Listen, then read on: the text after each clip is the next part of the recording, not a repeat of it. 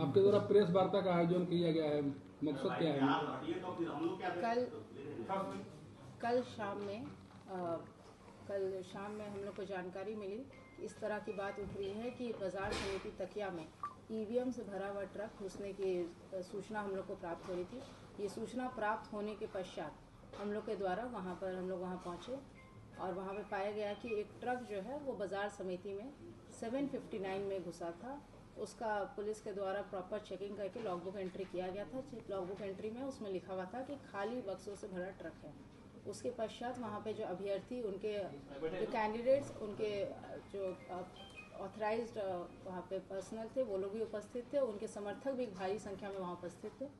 उन सभी के समक्ष उस ट्रक को खोला गया और उस ट्रक का में बहुत सारे स्टील के डब्बे पाए गए। हर एक डब्बा निकाला गया वीडियोग्राफी में और वहाँ पे उपस्थित अभ्यर्थियों के समक्ष सारे डब्बे खाली पाए गए। एक एक करके पूरा ट्रक को जांच करके फिर पुनः उसी ट्रक में सारे बक्से फिर रख दिए गए और ट्रक को बाजार समिति में रख दिया गया। तो वहाँ पे सारे अभ्यर्थियों के समक्ष ये स्पष्ट हो गया कि जो ईवीएम से भरा हुआ ट्रक घुसने की जो सूचना थी वो असत्य था और इस तरह का कोई मतलब अफवाह जो है ना उड़ाया जाए, क्योंकि स्थिति बहुत ही अभी संवेदनशील है। कल हमारी काउंटिंग है, तो स्थिति वहाँ पे विधि व्यवस्था नियंत्रण के लिए भ्रामक अफवाहों का खंडन करने के लिए प्रेस वार्ता बुलाई गई। धन्यवाद। लेट से गाड़ी पहुंची, गाड़ी 759 में एंटर की थी, जो रिकॉर्ड से देखा जा सकता है।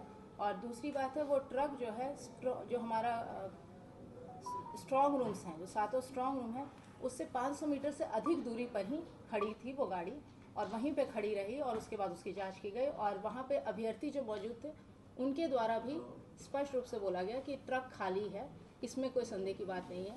दूसरा एक और एंगल उठाया गया था कि सीसीटीवी काम नहीं कर रहा, ये भी पूर्णतः गलत है। सारे सीसीटीवी काम कर रहे हैं और एक व्यूइंग सेंटर बनाया गया है जिसमें कि अभ्यर्थी या फिर उनके द्वारा जो ऑथराइज्ड एजेंट्स हैं वो जाकर अपना सीसीटीवी फुटेज देख सकते हैं। जो जितने भी स्ट्रॉन्ग रूम हैं उनका जो एंट्री एग्जिट गेट है उस पर डेडिकेटेड सीसीटीवीज लगाए गए हैं और परिसर में भी सीसीटीवीज लगाए गए ताकि, और वो जो हमारा स्ट्रॉन्ग रूम है, सारे स्ट्रॉन्ग रूम में सिर्फ एक एंट्री एग्जिट गेट है, सारे स्ट्रॉन्ग रूम, उसके आगे सीसीटीवी लगाया गया है और जो 3 लेयर सिक्योरिटी फोर्सेस है उसकी जानकारी अभी एसपी साहब द्वारा आप लोग को दी जाएगी। इस मुंबई में एक आरोप लगाए जा रहे हैं, गेट के सामने जो प्राइवेट मकान है उस पर जो सीसीटीवी कैमरे लगाए गए हैं उसको दिखाकर बताने की कोशिश की जा रही है कि इस वह ट्रक को ले जाने से पहले उस सीसीटीवी कैमरे के साथ छेड़छाड़ किया गया है, उसका डायरेक्शन चेंज कर दिया गया है।